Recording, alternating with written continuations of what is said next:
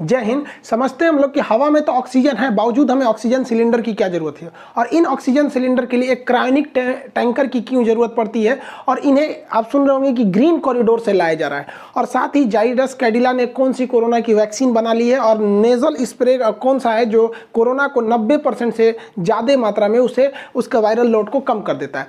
देखिए, हमारे यहाँ ऑक्सीजन अभी सबसे बड़ी किल्लत हो गई है, बेड खाली है लेकिन ऑक्सीजन ही नहीं है। और ये वाला जो कोरोना है ये फेफड़ों को उतना नुकसान 2 दिन में कर दे रहा है जितना पहले वाला कोरोना 7 दिनों में करता था। यानी 2 दिन में आप सोचे कोरोना है, इवन रिपोर्ट आते आते कि आप क्रिटिकल हो जा रहे हैं। तो ऑक्सीजन की बहुत दिक्कत है। हमारे देश में ऑक्सीजन की कोई कमी नहीं है। हमारे देश में समस्या है उसे ट्रांसपोर्टेशन का कोई चेन नहीं बना हुआ है कि हमें वहां से लाना कैसे है।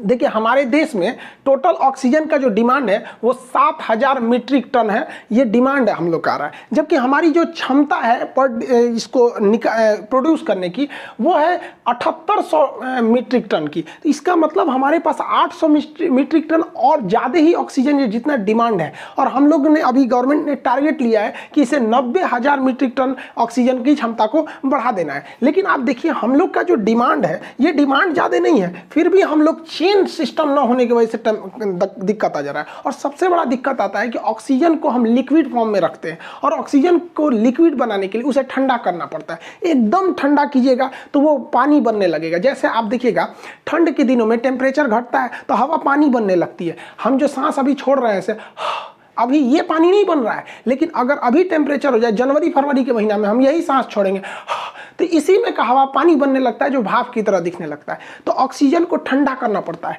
ऑक्सीजन -183 डिग्री रखिएगा तो भाप ठंडा होगा, तो एकदम एक्यूरेट तो उतना नहीं रखना है, थोड़ा और ठंडा करना पड़ता है। तो लगभग -185 डिग्री सेल्सियस पर इन बड़े बड़े प्लांट से बनने वाले ऑक्सीजन को फिर इतना ठंडा करके ले जाया जाता है। इसका ट्रांसपोर्टेशन बहुत ही टफ होता है। इसे रखने के लिए एक अलग से कंटेनर आता है जिसका टेम्परेचर -185 डिग्री सेल्सियस रहता है।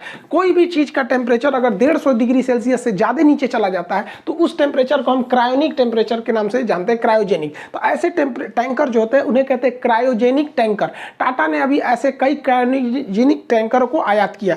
इसके बाहर एक कूलिंग सिस्टम लगा होता है जो इस ट्रक को, ये ट्रक चल रही है, ये ऐसे नॉर्मल टंकी की तरह नहीं होता है, इसे यह ठंडा कर रहा होता है ताकि ये लिक्विड के फॉर्म में ही रहे। इसके बाद जो चुनौती आती है, हमारे पास अभी एट ए टाइम इतने ज्यादा टैंकर जो थे क्रायोनिक टैंकर नहीं थे, तो हम लोगों ने कई सारे क्रायोनिक टैंकर सिंगापुर से मंगाया है, कई टाटा ने विदेशों से मंगाया है। और हमारे जो क्रायोनिक टैंकर जो थे, जो बचे थे, तो पता चलता है कुछ राजस्थान में है, कुछ केरल में, कोई इधर उधर बिखरे हुए हैं।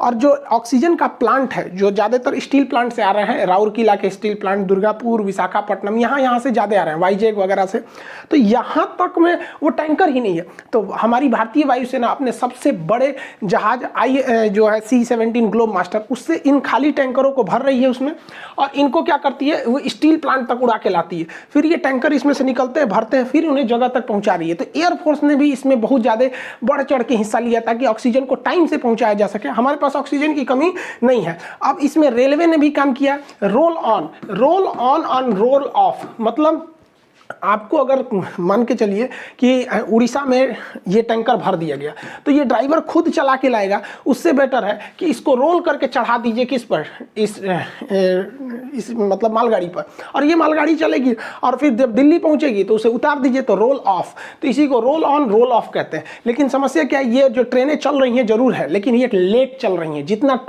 जिस हिसाब से चलना चाहिए उस हिसाब से नहीं चल पा रही हैं ये ट्रेनें। तो इसमें भी थोड़ा सुधार की जरूरत है यहाँ पर। हालांकि ये बहुत ज्यादा है, ये लेट भले चलती बट एक बार में बहुत ज्यादा ऑक्सीजन पहुंचा देती है, तो पूरा इसके ऊपर टैंकर ही लगा रहता है। तो रेलवे की भी ये अच्छी भूमिका है। इसमें आप सुन रहे होंगे कि अरविंद केजरीवाल ने भी वो मोदी जी के साथ जो मीटिंग थी उसमें कहा था कि उन्होंने कि ऑक्सीजन की जो सप्लाई आ रही है उसके लिए हमें ग्रीन कॉरिडोर बनाना पड़ेगा। देखिए, ग्रीन कॉरिडोर क्या होता है, एक ऐसा सड़क की कल्पना कीजिए, मतलब वहां पर पुलिस क्या करती है, पुलिस और ट्रैफिक पुलिस मिलकर पूरे सिग्नल को ग्रीन कर देते हैं, और जो इमरजेंसी वाली चीज रहती है उसको उसी रास्ते से निकालते हैं। मान के चलिए 4 लेन की सड़क है तो किसी एक लेन को वो ग्रीन कर देंगे, और उसमें जो एम्बुलेंस है या फिर जो ऑक्सीजन आ रहा है उसको उसी रास्ते से ले जाएंगे। उसको जितना दूर चाहे वो दिल्ली से कलकत्ता जाए, उसे रेड सिग्नल नहीं मिलने वाला है, क्योंकि ट्रैफिक पुलिस और पुलिस दोनों लगी हुई है इसको जल्दी ले चलो, जल्दी ले चलो। तो इसी को कहते हैं ग्रीन कॉरिडोर। तो ग्रीन कॉरिडोर से अगर ऑक्सीजन आएगा तो जाम में नहीं फंसेगा। ऐसे बहुत सारे ऑक्सीजन जाम में फंस गए थे। अक्सर ऐसा होता है ग्रीन कॉरिडोर का प्रयोग हार्ट ट्रांसप्लांट के लिए करते हैं। दूसरे शहर में हार्ट है, यहाँ ऑपरेशन हो रहा है, अब पता चला हार्ट आ गया, 2 दिन जामे में फंस गया तो दिक्कत होगा। इसलिए अक्सर आप सुनते होंगे ये ट्रैफिक पुलिस और पुलिस के मिलने से 4 घंटे में पहुंचाया गया। तो इसी को कहते हैं हम लोग ग्रीन कॉरिडोर। तो ऑक्सीजन के लिए जरूरी है, गवर्नमेंट इसे बना भी रही है। ऑक्सीजन उत्पादन क्षमता को और बढ़ाने के लिए सरकार जर्मनी से लगभग 25 ऐसे पोर्टेबल जो डायरेक्ट उठ के आ सकते हैं सब ऑक्सीजन मेकर फैक्ट्री लगा रही है। मतलब एक छोटे से मशीन होते हैं, ये ऑक्सीजन को बनाते रहते हैं, बहुत जल्दी जल्दी बनाते रहे, हवा के ही ऑक्सीजन को सेपरेट करके हमें दिया जाता है वो वाला ऑक्सीजन। डीआरडीओ ने जो भारतीय सेना के लिए जो अपना ऑक्सीजन सिलेंडर बनाया था, ये भी भारतीय सेना ने, मतलब ये डीआरडीओ अब हॉस्पिटलों को भी दे रहा है। इसमें एक फायदा ये होता है ना कि अगर आप इससे इस मास्क को अगर लगाते थे तो ये ऑटोमेटिक होता है, कितना ऑक्सीजन बढ़ाना है कितना घटाना है, इसमें नर्स वगैरह की जरूरत नहीं पड़ती है। तो डीआरडीओ भी इसमें महत्वपूर्ण भूमिका निभा रहा है, जर्मनी से ये आयात किया ही जा रहा है। अभी देखेंगे हमारे यहाँ एक और समस्या आ गया है, जो ऑक्सीजन की खाली सिलेंडर होता है ना, ये लोहा वाला, ये सिलेंडर का शॉर्टेज कर गया है। लोग इसको रख रख के घर में रख लिए कि हम कभी बीमार पड़ेंगे तो हम अपने लिए रखेंगे, ये है वो शॉर्टेज पड़ गया। इसका ब्लैक रेट जा रहा है, 600-700 रुपये में मिलने वाला सिलेंडर 20,000-30,000 में मिल रहा है यहाँ पर। इतना ज़्यादा इसकी क्राइसिस हो गई है इस सिलेंडर की।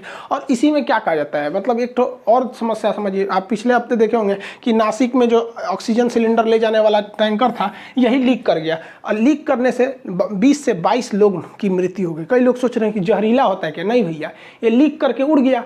तो ऑक्सीजन जो मरीज को मिलना चाहिए मिला ही नहीं, ऑक्सीजन की कमी से मरीज छड़फड़ा के मर गया बेचारा यहाँ पे। तो कभी कभी किस्मतों ससुरा खराब रहता है, कहते हैं ना किस्मत खराब रहे तो ऊँट पे बैठे आदमी को कुत्ता काट लेता है। बताइए ये जो बीमारी अलगे है वो में से ऑक्सीजन लीक कर गया। भारत में केरल एक ऐसा राज्य है जिसके पास ऑक्सीजन बहुत ज़्यादा मात्रा में बच गया है।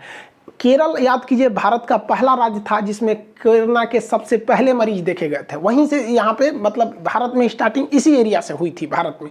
केरल इस चीज़ को समझा और वो अपने यहाँ ऑक्सीजन प्लांट को बैठाना चालू किया, ऑक्सीजन का चेन बैठाया, पूरी तरह से सिस्टम, इकोसिस्टम बना लिया वहाँ पर। आज के वक्त में जो केरला है वो 200 मीट्रिक टन ऑक्सीजन प्रोड्यूस कर रहा है, जबकि उसकी कुल डिमांड केरला की महज 90 मीट्रिक टन है। यानी वो दुगना से भी ज़्यादा ऑक्सीजन एक्स्ट्रा रखा हुआ है, दूसरे राज्यों को दे रहा है।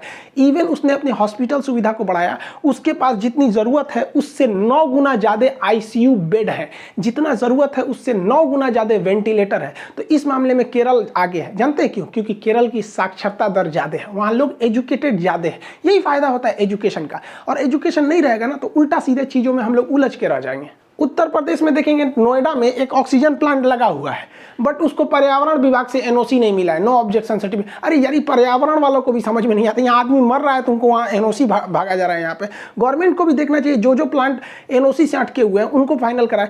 केजरीवाल और मोदी जी के बीच में जो बात हो रही थी उसमें देखे होंगे कि गवर्नमेंट ने बहुत सारे पैसे दिए थे, लेकिन वो कंपनी उसको लगाई ही नहीं। तो इस पर भी तो निगरानी रखना जरूरी है, वरना ऐसे ही विकट परिस्थिति आएंगे। देखिए, मरीज को ऑक्सीजन सिलेंडर क्यों दिया जाता है? हम लोग जो हवा में सांस लेते हैं तो हवा में 71% हमारा नाइट्रोजन है, जो हमारे सांस के काम में नहीं आता है। 21% ऑक्सीजन है, यही काम में आता है। तो हम लोग जो सांस लेते हैं वो 21% ही ऑक्सीजन लेते हैं, जिसमें छोड़ते हैं लोग तो 16% ही छोड़ते हैं, यानी 4% के आसपास में वो CO2 में बदल जाता है।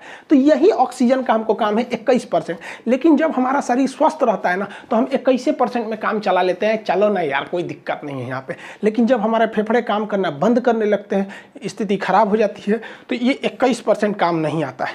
तो एक मशीन द्वारा इसमें से क्या किया जाता है ना, ऑक्सीजन लिया जाता है, नाइट्रोजन छाट दिया जाता है, धूल कण को छाट दिया जाता है, हर चीज छाट दिया जाता है। और जो 21% ऑक्सीजन मिल रहा था उसमें से पूरा का पूरा छान के और 98% वाला ऑक्सीजन भर देते हैं। 98%, इसमें ज़्यादा मात्रा में ऑक्सीजन है। अब वही हवा में, खुले हवा में सांस ले रहे हैं तो कितना, 21% के आसपास में ऑक्सीजन जाएगा आपका, और वही ऑक्सीजन सिलेंडर में सांस लेंगे तो 98% जाएगा। तो सोचिए, ये एक ऐसे समझिए, इस चाय में कम चीनी मिली है, इस चाय में ज़्यादा चीनी मिली है, इस तरह से आप समझिए यहाँ पे। तो ये क्या है कि पेशेंट मरीज भी है ना तो उसको 98% मिल रहा है तो काम चल जाता है उसका। ये ऑक्सीजन सिलेंडर, ये इसी वजह से मरीजों में इसकी डिमांड ज़्यादा बढ़ जाती है। ऑक्सीजन का लेवल जब आप पल्स ऑक्सीमीटर से नापते हैं और आपका ऑक्सीजन लेवल अगर 94 से नीचे जाता है, 94% से नीचे, तो आपका ऑक्सीजन ऑक्सीजन की ज़रूरत होती है, लेकिन ऐसा नहीं है कि 92 या 90 आ गया तुरंत आप ऑक्सीजन पे बैठिए। इसके लिए प्रोन पोजीशन का यूज़ कर सकते हैं। प्रोनिंग पोजीशन बहुत पहले से चलता आ रहा है। देखिए हमारे फेफड़ों के जो बीच के हिस्सा होता है वो काम नहीं करता है जनरली, वो ऐसे एक्स्ट्रा में पड़ा रहता है, लेकिन जब हम प्रोन पोजीशन पे करते हैं तो उस पर लोड पड़ता है और वो भी काम करने लगता है। इसके लिए क्या करना चाहिए, इंसान को उल्टा लेट जाना चाहिए और सीने के पास तकिया लगा लेना चाहिए। देखिए ये लेटा है, सीना के पास तकिया लगा दीजिए, आधा घंटा तक ऐसे करना चाहिए। इसके टोटल 4 स्टेप होते हैं। एक उल्टा लेट जाइए, सीने के पास तकिया लगा लेते हैं आप, तो जब तकिया लगाते हैं तो वो जो फेफड़े का वह हिस्सा था जो काम नहीं कर रहा था वो भी पूरी अच्छे से एक्टिव हो जाएगा, जो रिजर्व में बचा हुआ था, तो ऑक्सीजन लेवल आपका बढ़ जाएगा। इसका एक और भी होता है प्रोन पोजीशन का, जैसे एक तो ऐसे तो पूरा उल्टा लेट गए और करवट भी घूम के लेट सकते हैं। एक बार इस करवट में, याद रहे करवट जब रखिए दोनों हाथ उसी साइड में रहे, फिर दूसरे करवट में दोनों साइड उस साइड में रहे। उसके बाद आप पीछे तकिया लगा के बैठ भी सकते हैं।